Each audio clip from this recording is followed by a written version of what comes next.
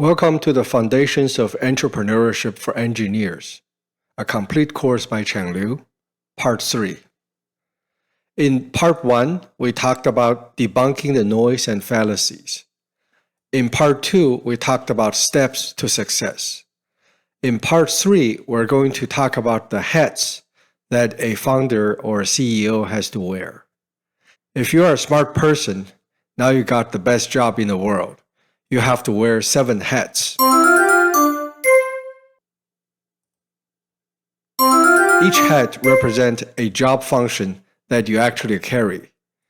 You are not only the founder, but you are the chief of product research, chief of fundraising, chief of marketing, chief of supply chain, chief of sales, chief of intellectual property, and chief of human resource.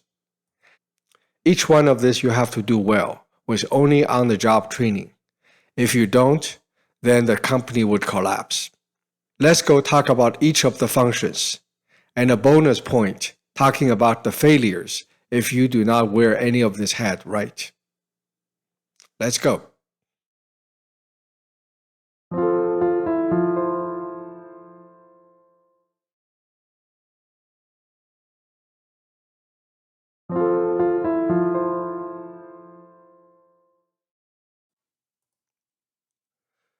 Most people think a founder is a CEO.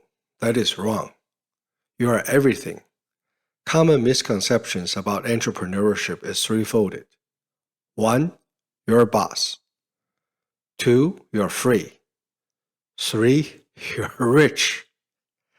These are all wrong. As starting entrepreneurs, you get a chance to learn everything on your own. You're a student in chief.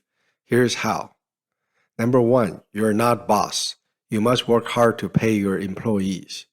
2, you're not free. You work 365, 7, and 24. 3, you're not rich. Your meager revenue first must pay for suppliers, office rent, advertisers, and salary. It will be years before you get paid 1/10 of your former salary at a job.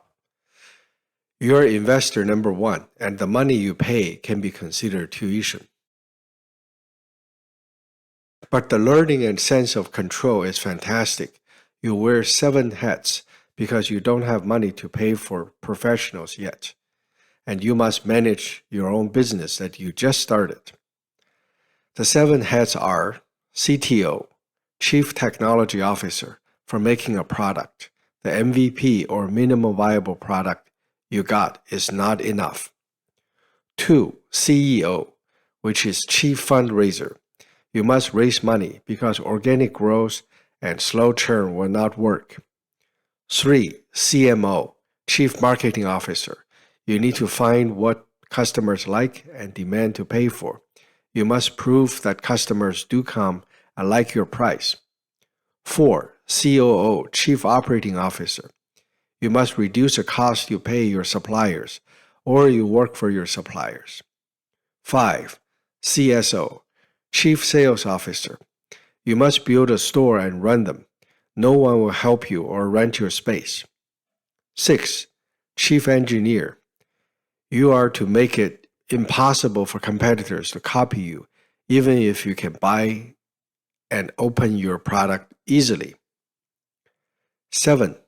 Human Resource Manager. You must hire and retain talents. It does not mean you qualify magically. You are going to do on-the-job training. You must manage the company you build. You must sell the product you build, and you must hire the people correctly. Funny you thought beforehand that your idea is so good it is guaranteed success and everyone will help you. Not a chance. Typically, when you start to sell your product, it is the first time you learn they already exist. Even Google search engine does not tell you that.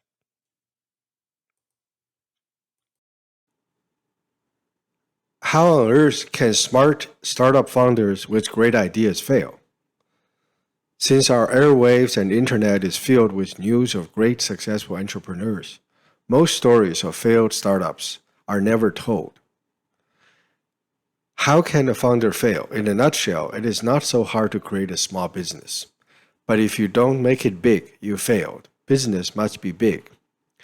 Let's list 5 big reasons. The fact idea is not good enough is never one of the reasons. First, you fail to take off. Even smart people can fail to take off. You cannot reach break-even stage in short amount of time and limited capital. You'll run out of money. Within the time frame, you fail to find partners or edge. You must abort. Number 2, failure to scale. If you fail to grow to break-even or profitable stage, you do not have a prayer. You must abort. For example, you may fail to get investment because your concept is not trendy or big enough. 3, you cannot compete. You simply cannot put together a product or selling system. 4, you get beat by competitors or sabotaged. Competitors come in different colors and sizes, some big and well capitalized, some small and dirty, many bigger than you and dirty. 5, you're just a bit too late or just a bit too early. You find out later that the idea has been done before. The information about your competition cannot be Googled. Google does not know that. If it knows, it does not tell you or warn you. You must find it out yourself. Every entrepreneur must fail once. Most are just good at hiding that failures and never tell. Why so many founders fail? Because they never start. Why first-time founders must fail? There are 4 philosophical reasons that somebody must fail and why failure is good. Number 1, they have no track record of failure, hence no one will trust them. 2, they cannot take off with short amount of time and learn on the fly. They might be a good student, but this is extreme test. 3, they run out of money. 4, the timing is wrong, too late or too early. In startup, money and timing are critical. Money can solve every failure, and timing is more important than idea. Money paid for failure is real tuition or startup school. That's why investors fund people who have failed before. A product is a center of business. Without a product, an idea is a dream. When your customer can hold the product in their hands, it becomes a proposal to purchase. If business is a sentence, then the product is the central character. It takes a lot to elevate a prototype to a product. However, it is a transition from hobby to beginning of business. The center concept of business is a product. Business is buying, selling, and building products. Without a product, it is like a sentence without a pronoun, or a statement without a subject. A product is different from a prototype or a minimum viable product, MVP. There's nothing minimum about a product, even if it looks simplistic. In fact, if you did not spend a lot of work on a product, it is not likely going to fetch any high price. Why? Because it would be common. Common things have no price-setting power. A product has 5 things that MVP does not have. 1, it has a specification list. A product is a promise. It comes with legally binding quality control certification and test results. It is certified to be safe. You must pay for producing the product certification, and it is not cheap. Sometimes, each country of sale have its own certification system. A product is standardized and produced in factories. Even when you use free service like Gmail or Facebook, there are agreements you must sign. Don't underestimate the spec sheet.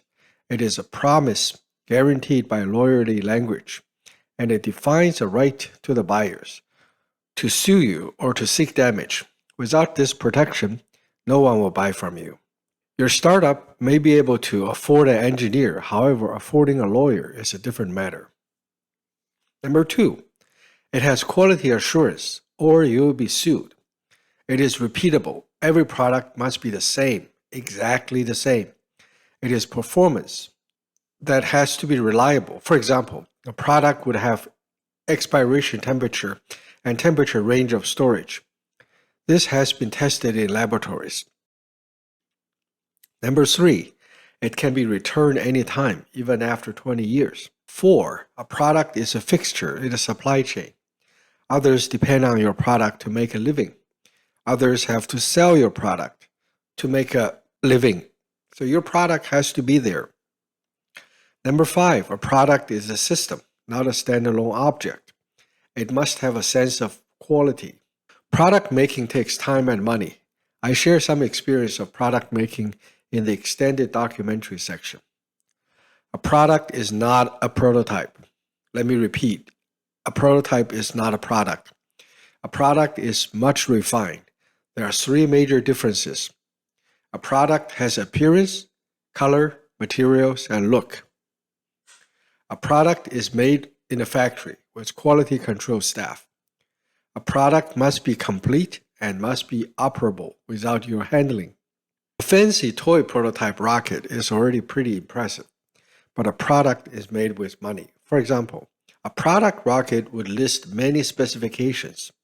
Hypothetically, this could include the rocket can return vertically 90 to 95% of time, can land in this and that weather conditions, can land in different places on Earth, including cold places, can tolerate space radiation and temperature swing. A cost of product development include the following. 1. Research and development engineers. 2. Tooling for manufacturing and testing. 3. Tooling for reliability testing. 4. Cost to produce certification. 5. Patents and other documentations. After this, we can start to talk about cost of marketing, sales, and mass production. The sales and marketing cost is a lot more than the research or the making of the product, by the way. To make a product, it takes a lot of development and refinement. A product typically costs $1 million to refine. To ask people if they want to buy or not, you must present them with a product unit. The product is a token of your offering. Look for other case studies of product making in the appendix, please. If you are a startup CEO, more than half of your work is to get funding. If you are not getting that, then you're not doing your job. Entrepreneurs and investors have a love-hate relation. If an entrepreneur is a new car, the investor is a gas station. If the entrepreneur is a new car, the investor is a highway. No entrepreneurs can get anywhere without investor. The investors know that, and they are not your friend. First-time entrepreneurs don't know that. They make 3 classic mistakes about investor relations. 1, they think investment is minimal and unnecessary. They want to succeed on their own, solo. 2, they think they can easily meet angels or VC comrades if they have to, since they own good ideas. 3, they want to wait for investors to infuse money before they can build products. They don't want to use their own money. Those are all wrong. It turns out that there are some facts for founders or startup CEOs. Number 1, investment and financials infusion is full-time work. You can never stop. 2, the best time to get investment is when you don't need the money. The investors can sense you're desperate and they will squeeze you to get more shares. Number 3, once you get investment, you become hooked on investors and virtually work for them. They become your true shareholders and boss. Number 4, investors are not fellow chance takers like you. They want to spend big money on big, sure opportunities. 5, they are not some kind of smart people, but they have been through a few rodeos before. They have seen too many smart people failing. They know the rest of the script, but you don't, and they won't tell you. You should know that an entrepreneur is never free. You must beg for capital, even if you don't like it. Investors is like the only thing that you beg. The second person you need to beg is the bank, the landlord, and the customer. Most entrepreneurs make the following mistakes. 1. They think they don't need to give up shares and don't want to grow. They just want to cultivate a hobby business and generate lifestyle side income. This rarely works in modern society. 2. They have casual contact with investors too early when they are not trend ready. They want to play the friends cards. Hence, they ruin their reputation unknowingly. Investors are friendly until they ghost you. 3. When they approach investors, they keep on talking about academics, pedigrees, their ideas, doing good for the world, and so on and so forth. Those are not what the investors care about. The investors only want to make money from dealing with you and your co-founder. Number 4, they mistaken the investor as a co-founder, advisor, or comrade. The investors are not. Here are some reasons why not having investment is not an option. Number 1, your revenue and profit can never be fast enough to supply your growth. If they do, then you're not starting the right business. You're starting a hobby. You're trying to make money. 2, you and your team is a 1. The investors are the zeros behind the 1. If you don't have zeros, the 1 doesn't matter. Number 3, investment money is an escalator that transport your employees to the stock market and get rich. If you don't have investment, you will only have second-rate people working for you. Here are some rules to know why you are not ready for investors. Number 1, if you don't have a product yet, don't approach the investor. Investors have money, but they are not your alternative piggy bank. They are not the operational money provider. Number 2, if you don't have a co-founder, don't approach an investor. Investors expect to see a team, not an idea and its brilliant maker. Number 3, if you don't have a clear idea, don't chat with an investor. It is not their job to teach you or make it clear to you. Number 4, don't ask the investors to keep a secret for you. They will call everyone they know to verify your claims. They will call your competitions to verify. All investors communicate and know each other. It is their profession. If you have to keep the idea secret, that means you have not done anything on that idea yet. If your entrepreneurship is a journey, the investor does not give you a car. They're just a hitchhiker. They're just a rich hitchhiker. If you are a rocket ship, the investors are the booster rockets. They take you to a new orbit that you cannot reach otherwise. They expect you to prepare the rest, but their fuel will take you to the higher orbit faster. They are the leverage. In this analogy of hitchhiker, the investors will be picky about the ride. They have many other people willing to provide the ride to them. If necessary, they will demand the steering wheel and drive the car to where they want to go, not you. Investor is a strange partner in the journey of startup for you. They are not nice, but they are necessary. Most first-time entrepreneurs would take their product and seek out random people on the street to buy. They would approach the customer. This is wrong. I'll first tell you what is a right way. I'll then discuss why there must be uncertainties in whether people will buy. I'll then discuss how to find the fit. First, let's discuss the right way to find a buyer. The right way is to arrange for the buyers to find you. Where the buyers search and make decisions is called a market. Everything has a buyer, but the buyer and product must meet in the market, or sales won't happen. Some people ask, can I have a sure entrepreneurial business? The answer is no. The reason is very logical. Here, the customer buying is the biggest dilemma of any entrepreneur. If you are sure something will be bought, then it is not your business. Other people would have done it. If you know something will be bought and where. There's no risk. But it also means you will not get the turn, since someone with more money will get this. You're not even the one with the most information. For example, someone who is already in the supply chain, grapevine, already knows this. They have the same information you have. They may not be as good students as you were in school, but they know more than you. Second, the only business opportunity for someone without capital is to take the risk. Hopefully a calculated risk with good insider information. This is why customer buying always is unknown when you start. You must test and prove it.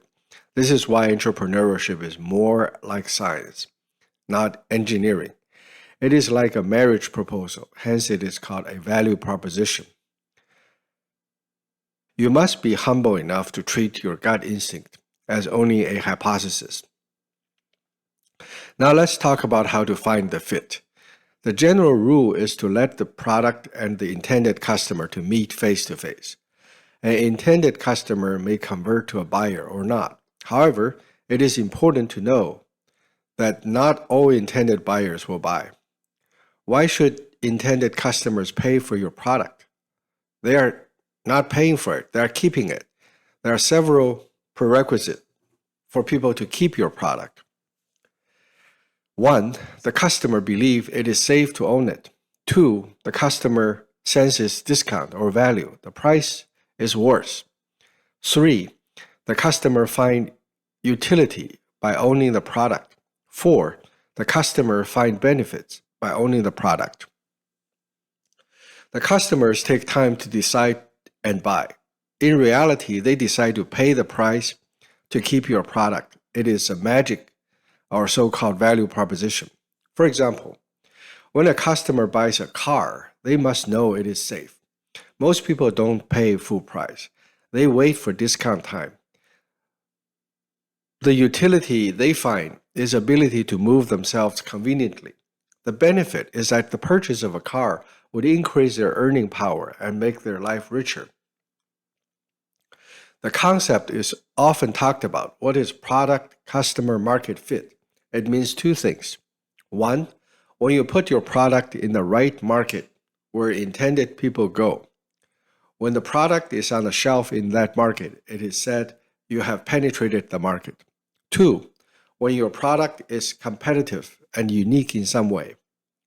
If the wrong audience sees your product, they won't buy. If the customer buys your competitor's product, it is not a good fit. You need to compete harder. The only way to test the fit is to test. Try some combinations until you find the fit. It costs money and time to try. No matter how good or famous you are, you still need to do this exercise. Like they say, customer is king. Only they have the massive purchasing power. There are many products and there are many customers. You must find the right fit. Not everyone will buy the same thing. To get profit from business is very hard. There are only two ways to go. 1. You are the price setter and not price taker or follower. You have controlled cost, mostly through volume order advantage. If you have no real competition in the category, you can name your price. For example, a price that actually covers your cost. If you cannot do that, then you sell at below your per item cost. If you are a price setter, you are either in a small niche or are really, really good, like Apple. If you cannot control price, you must control cost by ordering a lot from your suppliers to encourage them. You need to feed them orders that are steady. Essentially, you pay wholesale price for your parts, not retail price. What are the major costs of business? Let's name 5. Number 1, facility rent and landlord. A business typically have to sign multi-years lease on properties instead of year by year.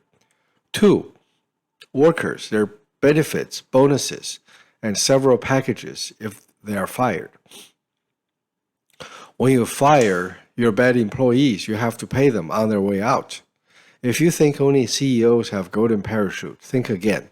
If you think being boss is about having workers, then you don't know the workers are actually hard to fire.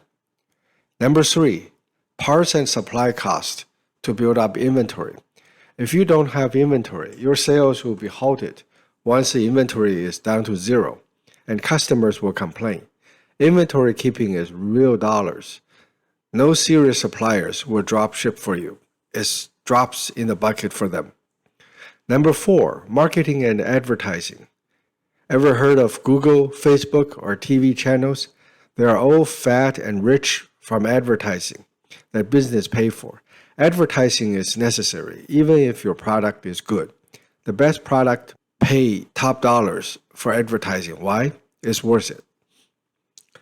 Number 5, shipping costs. Shipping is seriously costly. This is why companies like Amazon build their own fleet. Even if you have the product and have customers' blessing, no one will make you win. We all depend on each other. You must pay suppliers. If you do not control the cost, the suppliers will charge you just enough so that you don't make money. Here are 3 dynamic challenges for you, the founder, to deal with. Number 1, your suppliers likely will also supply your competitors. For them, it is open bidding war. If your suppliers have no other customer, then it is likely you are making a gadget, not products. 2, the supplier price is variable. The more orders you give them, the cheaper they charge you per unit. Only the downstream buyers with more stable business and more orders will get preferential treatment from the supplier because you are their business. Number 3, to get on-time delivery of high-quality parts, you must be Tier 1 preferred customer. Most business operates at a price below their cost. For most business, profit only kicks in at a certain volume of sales. All big companies like Coca-Cola, Apple, and Nike are masters of cost control. It is not about doing the best for your customer. It is about controlling the cost. This is the reason why Apple makes computer chips themselves, build their own stores, iStore, and even make their own entertainment videos. Controlling the source allows you to control the cost. This is also the reason why Amazon built their own fleet of trucks and planes to handle shipping. For this, they charge the customer $100 a year for unlimited shipping. This illustrates the ruthlessness of the game. Cost control is not optional or elective. It is a competition. You see, you're not the only entrepreneur out there trying to get rich. There are many other unannounced players in your field. The suppliers, fellow competitors, the entrenched players who don't want to lose their market share, and people who already are rich. Maybe their grandparents were entrepreneurs. Often you even have players who intentionally lose money to grab business and market share because they want to and they can. This is just to bleed you out by having a price war. Controlling cost whenever you can is absolutely important. Finishing a product is just the first step. Actually, it's not even the first step. You must sell what you build. You must sell what you build in the store you build. You must sell what you build in the store you build in a market that you penetrated. After you have beaten incredible odds and have the product, the sales lead and supplier, you must sell like crazy. Nothing moves on their own, even if it saves lives. Ideally, you want to sell in your own stores and on your website. But these are 2 facts. Number 1, the store and traffic is not cheap. Number 2, the store building is entirely your duty. No one will help you. No one will let you piggyback on their sales system because it will take their customers' focus away. No magic such as Shopify, Amazon, FBA, Etsy will help you sell. They just make it easy to have a digital storefront. They just make it easy for you to think and set up. Sometimes not even that, but you still have to sell. A storefront with no traffic is worth nothing. The key is to get people inside and do your magic. Good traffic takes years to build. or money. Hopefully, by now, you're already familiar with this assessment. When you don't give away shares, you must do all the work, or the operations will wither away or no one would remember. And the next customer will tread over where you were and say, "Hey, I got an idea." There's cost to selling. They may include the following. 1. Cost of renting storefronts. 2. Cost of search engine and traffic incrementals. Without advertising, the pure organic sales may never catch up. 3. Cost of paying for sales manager and salespeople. Good ones are expensive and they want rewards. 4. Bonuses and other promises. So they work hard. Just salary is never enough. The cost of selling can easily be 90% of your sales. In this case, you are not making money. You are just passing money. The world is a buyer's market. There's oversupplying of everything. When you start a business, never start an easy business. Let me tell you why at the end. Since your business must be conducted in open, everyone at this point of your success already knows they will want to displace you and take the customers and business away. To prevent others from doing that, it is not enough to use loyalty or treat of potential litigation. You must make your business uncopyable. This is uncopyable in plain sight, not in hiding. You must erect barriers or build moats. It is often called barriers of entry or trade secret. By the way, this is secret that you do not patent. You see, patents to a tech company is just like chainmail armor worn by middle-aged knights. It's really not enough. Barriers is not just patents. Legal protections only go so far. There are other forms of barriers of entry. For example, number 1, scale. Number 2, capital and war chest. Number 3, unique relations you have with customers. Number 4, location, name, and culture. Number 5, certain legal and regulatory processes can be barriers, such as FDA approval. When you discuss the term unfair advantage with investors, it typically means a special barrier that you can cross only. Let's see what some companies have prevented others. Whether they will be forever successful remains to be seen. Amazon has the early starter advantage. Time was on their side. However, Amazon has used its scale as an advantage that few can beat even if they try. 2. Google in advertising placement business. It has a tremendous funnel with free search. Google has permeated into many things, making them hard to replace. It remains to be seen what ChatGPT can do. TSMC has tremendous barriers of entry. Even Intel cannot copy TSMC, even though they have access to the same equipment. The corporate culture becomes the unfair advantage. The talents build technical know-how that is not documented anywhere but the internal documents. Tyson Vacuum is a great household name. The barriers of entry is in the manufacturing system that guarantees tight tolerance. The equipment is available to anyone. The engineers is available, but the engineering know-how inside is a barrier. We know Thomas Edison invented the light bulb, but lost the war of electricity. The light bulb is great, but the barrier of entry is too low. Just having a piece of patent paper is not enough to stop other entrepreneurs such as Westinghouse and Tesla. Amazon killed many brick-and-mortar business. The reason is because the barrier of entry to this business is low.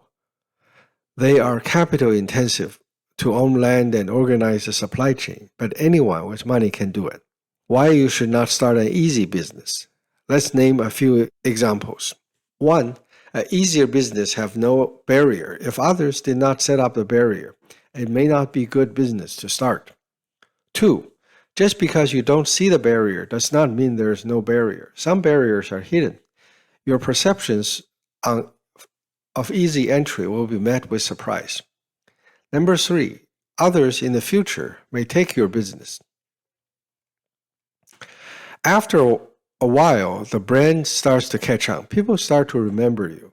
It becomes a barrier of entry for new entrants, such as Google, Tesla, Amazon. However, even those are not safe. It doesn't work forever. Any company that you see exist have an invisible wall. Ordinary people may not appreciate it, but people in the same industry know. Barriers take great business and engineering talents to erect. The barrier you conquer will later become your friend. The difficulty you mount are the future barriers that anyone chases you will have to cross. Remember this, a business is not just about tech. Barriers take great business and engineering talents to erect. Great talents takes good culture to keep and good profit to hire. Congratulations, you have made a company. Can it last? Can it grow? You have built the product, found the customers, got the investors, and built the sales network. At this point, the company is your money-making machine, and it is growing. Now you must install a long-lasting operating system so that you can take a break. When you take a break, you don't want the company to fall after you are taking the vacation. It is important to install professional CEOs, CTOs, and HR. You must have engineering managers and marketing people. How do you make sure the company will continue to run well and not run down by people who does not share your vision and passion? A company starts with the owner. Even if the owner does not work actively in the company anymore, their influence is still there. Most likely, the owner is a founder. The founders and owners hire the CEO. A company must seek professional managers and outsiders as it grows. The owners do not come to work every day. The CEO does. The CEO hires the rest, including president, chief operating officer, chief marketing officer, and HR director. Each business unit functions like a small company within a company. Each business unit may also have their own presidents, who hires the rest. In the functional unit of engineering, there are directors, managers, group leads, and the engineers. The structure ensures everyone has a path to promotion and career growth. You not only need to fill the organizational chart, but must ensure the company can self-correct problems and stay strong. Managers will leave, employees will leave, engineers will come and go, but you want the company to function without a hitch. This is not a unique problem you'll face. Your company must attract the right applicants and hire the right people. More importantly, you must make sure the company is well managed to retain those talents. A founder's job is critical to build the culture right from the beginning.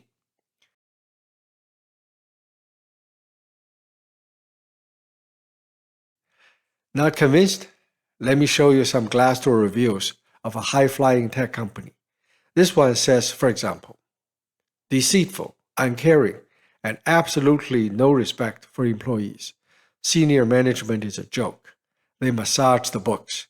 They're not willing to pay for anything and are abusive.